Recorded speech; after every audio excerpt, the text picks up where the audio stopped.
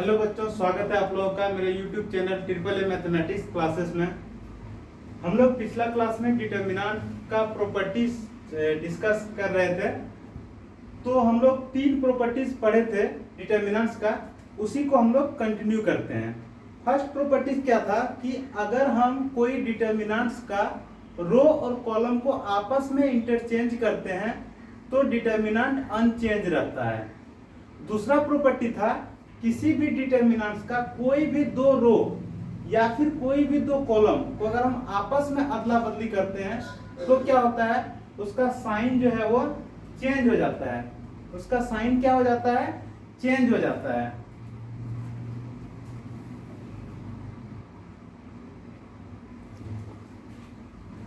तो कोई भी डिटर्मिनेंट्स के कोई भी दो रो या कोई भी दो कॉलम को अगर आपस में अदला बदली करते हैं तो उस डिटर्मिनेंट का साइन क्या हो जाता है, चेंज हो जाता है। मतलब पहले अगर पॉजिटिव था तो दो कॉलम को अदला बदली करने पे वो नेगेटिव हो जाएगा, अगर पहले नेगेटिव था तो पॉजिटिव हो जाएगा। यही पढ़े थे। तीसरा प्रॉपर्टी इसका था कि अगर कोई डिटर्मिनेंट्स का कोई भी दो रो या कोई भी दो कॉलम अगर आइडेंटिकल रहे, मतलब एक ही एलिमेंट रहे, उस केस में पूरा डिटर्मिनेंट्स का वैल्यू जो है वो क्या हो जाता है, जीरो हो जाता है। तो ये तीन प्रॉपर्टी हम लोग पिछला क्लास में डिस्कस किए थे, उसी को आगे हम लोग कंटिन्यू करते हैं। और ये चौथा प्रॉपर्टी देखते हैं कि फोर्थ प्रॉपर्टीज ऑफ डिटर्मिनेंट्स क्या कहता है। तो यहाँ पे ये है कि कोई भी डिटर्मिनेंट, पहले समझ लीजिए फोर्थ प्रॉपर्टी क्या है। कोई भी डिटर्मिनेंट्स का कोई भी रो या कोई भी कॉलम अगर एक कांस्टेंट से गुना है तो वो क्या होता है, पूरा डिटर्मिनेंट से वो कांस्टेंट गुना हो जाता है। यही लिखा हुआ है, if each element of a row और column of a determinant is multiplied by a constant K then its value multiply by K. मतलब क्या है कि कोई भी डिटर्मिनेंट्स का कोई भी रो या कोई भी कॉलम अगर एक कांस्टेंट से गुना है तो वो क्या होता है, पूरा डिटर्मिनेंट से गुना हो जाता है। सिर्फ एक रो से अगर कोई कांस्टेंट गुना है तो वो क्या होता है, पूरा डिटर्मिनेंट से वो कांस्टेंट गुना हो जाता है। जैसे इसमें एग्जांपल समझिए इस तरह, इसे पूरा देखिए। जब हम मैट्रिक्स पढ़े थे, याद कीजिए, जब हम मैट्रिक्स पढ़े थे यहाँ पे अगर यहाँ पे A1 A2 दिया हुआ है, B1 B2 दिया हुआ है और अगर यहाँ K से गुना है, किससे गुना है, K से गुना है, तो क्या होता था, ये जो K था पूरा एलिमेंट से गुना हो जाता था। मतलब K A1 से भी गुना हो जाता था, K A1 से, K A2 से, K B1 से, K B2 से। ऐसा होता था किस केस में, मैट्रिक्स के केस में। लेकिन डिटर्मिनेंट्स के केस में क्या होगा, डिटर्मिनेंट्स के केस में होगा कि अगर मान लीजिए कोई डिटर्मिनेंट दिया हुआ है इस तरह A1 A2 B1 B2, अगर इसे हम K से गुना करेंगे तो क्या होगा, कोई एक रो से गुना होगा या फिर कोई एक कॉलम से होगा, ऐसा नहीं कि सबसे होगा। ठीक है, इसका मोटा मोटी मीनिंग यही है कि अगर कोई डिटर्मिनेंट दिया हुआ है, अगर K से हम उससे गुना करते हैं तो या तो कोई रो से गुना होगा या तो कोई कॉलम से गुना होगा। जैसे K को अगर हम A1 से गुना करेंगे तो K A1 हो जाएगा, फिर K A2 हो जाएगा और नीचे जैसे का तैसे रहेगा। ये हो सकता है। या फिर क्या हो सकता है, अगर हम C1 को गुना करना चाहे, अगर हम R2 को गुना करना चाहें तो क्या हो जाएगा, ऊपर में A1 A2 रहेगा और क्या हो जाएगा, K B1 हो जाएगा, K B2 हो जाएगा, है कि नहीं। या फिर क्या हो सकता है, अगर हम C1 को गुना करना चाहें तो क्या हो जाएगा, K A1 हो जाएगा, K B1 हो जाएगा और यहाँ A2 B2 हो जाएगा। समझ में आ गया। या फिर क्या है, अगर हम C2 को गुना करना चाहें तो C1 कोई कुछ नहीं करेंगे, C1 जैसे का तैसे रहेगा, A1 B1 रहेगा और ये K जो है वो C2 में गुना हो जाएगा। मतलब K A2 K B2। समझ में आया। या फिर इसको इस तरह से समझिए, अगर कोई देखिए कोई भी मैट्रिक्स में अगर हम कोई एलिमेंट से गुना करते थे वो सारा एलिमेंट से गुना हो जाता था। डिटर्मिनेंट्स के केस में क्या होता है, कोई भी डिटर्मिनेंट्स को अगर हम कांस्टेंट से गुना करते हैं तो वो किसी एक रो में गुना होगा या फिर किसी एक कॉलम में गुना होगा। समझ में आ गया। डिटरमिनेंट्स को जब हम कोई कांस्टेंट संख्या से गुना करते हैं तो या तो कोई एक रो से गुना होगा या तो कोई एक कॉलम से गुना होगा। ठीक है, इसका रिवर्स देखिए, इसका रिवर्स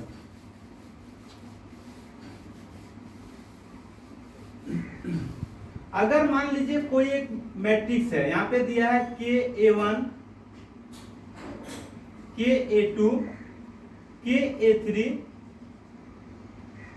K_A_4, ये क्या है, मैट्रिक्स है। अगर हम यहाँ कॉमन निकाल लें, ये कांस्टेंट जो है सब में गुना है, तो कांस्टेंट को अगर हम के को अगर हम बाहर निकाल लें तो क्या हो जाएगा, A1 A2 या B1 B2 कर देते हैं। ठीक है, B1 B2, तो क्या हो जाएगा B1 B2, ऐसा होता है। लेकिन डिटरमिनेंट्स क्या करता है, डिटरमिनेंट्स करता है कि अगर कोई एक रो या कोई एक कॉलम से अगर कांस्टेंट गुना है तो पूरा डिटरमिनेंट से वो कांस्टेंट जो है वो गुना हो जाएगा। जैसे देखिए, अगर यहाँ पे दिया हुआ है K_A_1 K_A_2 और यहाँ पे दिया है B1 B2 और डिटरमिनेंट दिया हुआ है, तो क्या होगा, K बाहर आ जाएगा, K जो है पूरा डिटरमिनेंट से गुना हो जाएगा, तो K बाहर आ जाएगा, क्या हो जाएगा यहाँ पे A1 A2 B1 B2। समझ में आ गया? तो मैट्रिक्स और डिटरमिनेंट्स में यही यहाँ पे डिफरेंस है कि अगर कोई कांस्टेंट से मैट्रिक्स में गुना करते हैं तो सारा एलिमेंट से गुना हो जाता है, या फिर अगर कोई कांस्टेंट को बाहर करते हैं तो सारा से उसे बाहर करना पड़ता है, सारा एलिमेंट से निकालना पड़ता है। डिटरमिनेंट्स की केस में याद रखना है कि कोई भी कांस्टेंट को अगर हम कोई डिटरमिनेंट से गुना करते हैं तो या तो कोई एक रो में गुना होगा या तो कोई एक कॉलम में गुना होगा, सब में गुना कभी नहीं होगा।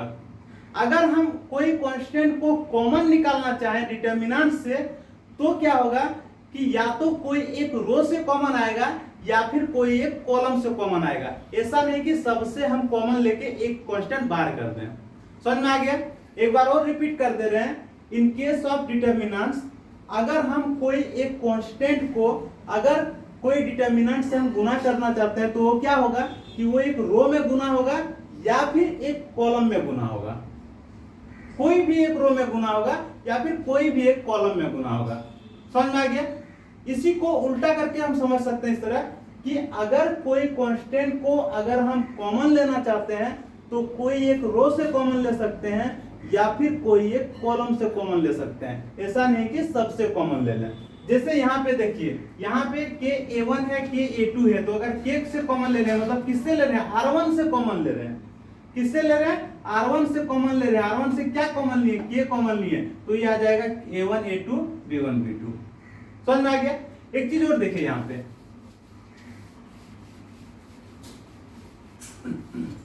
अगर मान लीजिए एक डिटरमिनेंट दिया हुआ है, यहाँ दिया है K_A_1 K_A_2 K_B1 K_B2 और ये डिटरमिनेंट दिया हुआ है।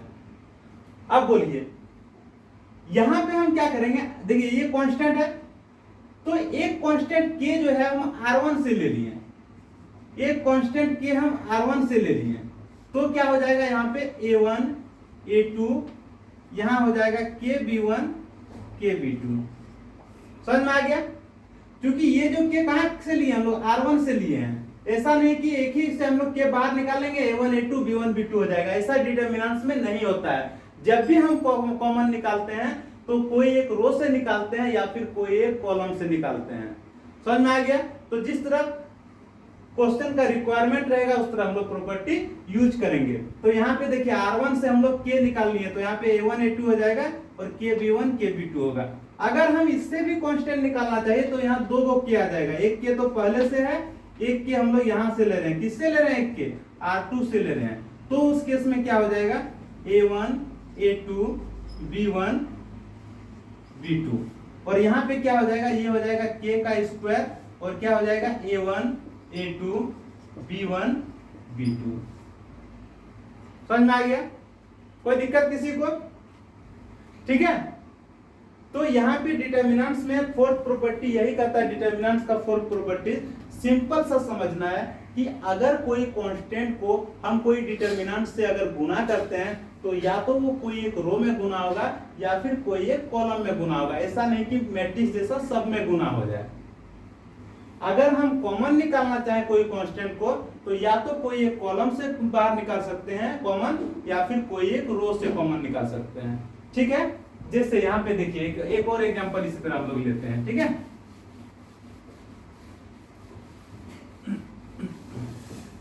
एक चीज देखिए, पूछ रहा है find the value of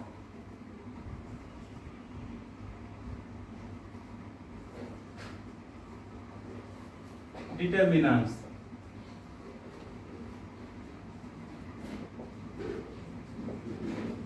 given below. पूछ रहा है जो नीचे दिया गया डिटरमिनेंट्स है उसका हमें वैल्यू निकालना है। यहां पे दे रखा है 3, यहां दे रखा है 1 2 3, यहां पे दे रखा है 6 -4 7, यहां पे दे रखा है 3 6 9। ये क्वेश्चन है। ठीक है, अब देखिए यहां पे ये डिटरमिनेंट्स का वैल्यू निकालना है तो हम क्या करेंगे, अगर ये डिटरमिनेंट का अगर हमें वैल्यू निकालना रहे तो ये 3 को हम लोग बाहर रखेंगे और उसके बाद ये जो दिख रहा है डिटरमिनेंट जो दिख रहा है उससे हम लोग C1 C2 R1 R2 किसी के अलोंग एक्सपेंड कर सकते हैं। एक्सपेंड करके हम जो वैल्यू आएगा, ये पूरा जो वैल्यू आएगा उसे हम लोग 3 से जब गुना कर देंगे तो जो आएगा वो फाइनल डिटरमिनेंट का वैल्यू आएगा। ऐसे ना करेंगे, सबसे पहले क्या करेंगे, इसे अभी भूल जाना है, ये पूरा का डिटरमिनेंट निकालेंगे। डिटरमिनेंट निकाल के जो वैल्यू आएगा उसे हम लोग 3 से गुना करेंगे, वो उसका फाइनल वैल्यू होगा। लेकिन अगर हमें डिटरमिनेंट का प्रॉपर्टी पता है तो देखिए कितना आसानी से सॉल्व हो जाएगा। हम क्या करेंगे, किसी भी एक रो या किसी भी एक कॉलम में 3 को गुना कर देंगे। अब देखेंगे कि गुना करना किस में है, तो जहां हमें फायदा हो वहीं हम लोग इसे इन्वेस्ट करेंगे।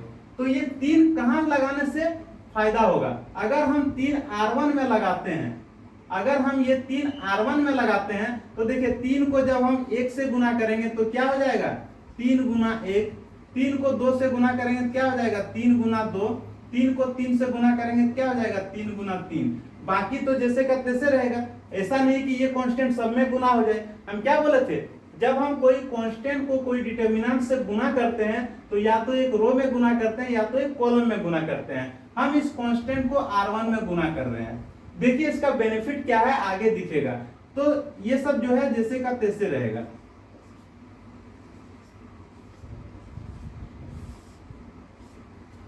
अब इसका वैल्यू देखिए क्या होगा, इसका वैल्यू कुछ इस तरह से आएगा। क्या आएगा, 3 को 1 से गुना करेंगे 3 होगा, 3 को 2 से गुना करेंगे 6 होगा, 3 को 3 से गुना करेंगे 9 होगा। 6 - 4 7, 6 - 4 7, यहाँ पे 3 6 9, 3 6 9। अब एक चीज देखिए, यहाँ पे आपको दिख रहा है ये जो R1 जो है और ये जो R3 है, ये दोनों आइडेंटिकल है।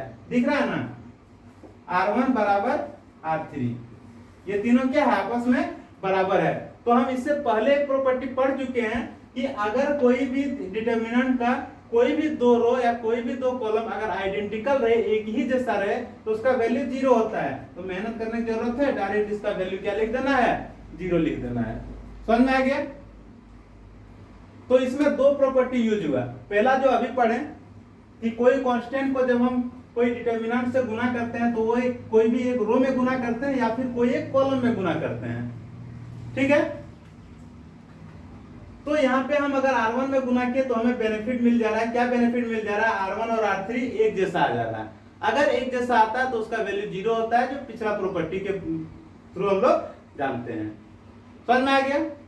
तो यहाँ पे देखिए इस प्रॉपर्टी में एक ही चीज याद रखना है कि कोई कांस्टेंट को जब हम गुना करेंगे तो कोई एक रो में गुना करेंगे या तो कोई एक कॉलम में गुना करेंगे, उसी से सारा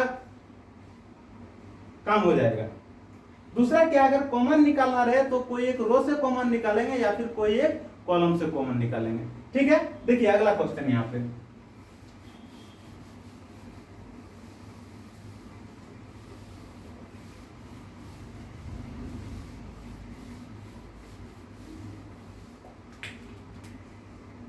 अगला क्वेश्चन यहाँ पे कुछ इस तरह से है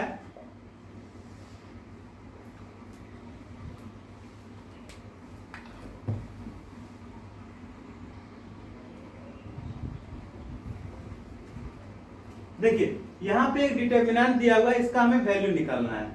हम क्या करेंगे, जैसे इस तरह का क्वेश्चन देखेंगे तुरंत हम R1 R2 R3 C1 C2 C3 किसी एक के अलोंग एक्सपेंड करके हम डिटर्मिनेंट निकाल सकते हैं। ये तो सही है, प्रोसेस गलत नहीं है, डिटर्मिनेंट का वैल्यू वही आएगा जो हम प्रॉपर्टी यूज करके बनाएंगे। लेकिन क्या है, इसमें मेहनत लगेगा।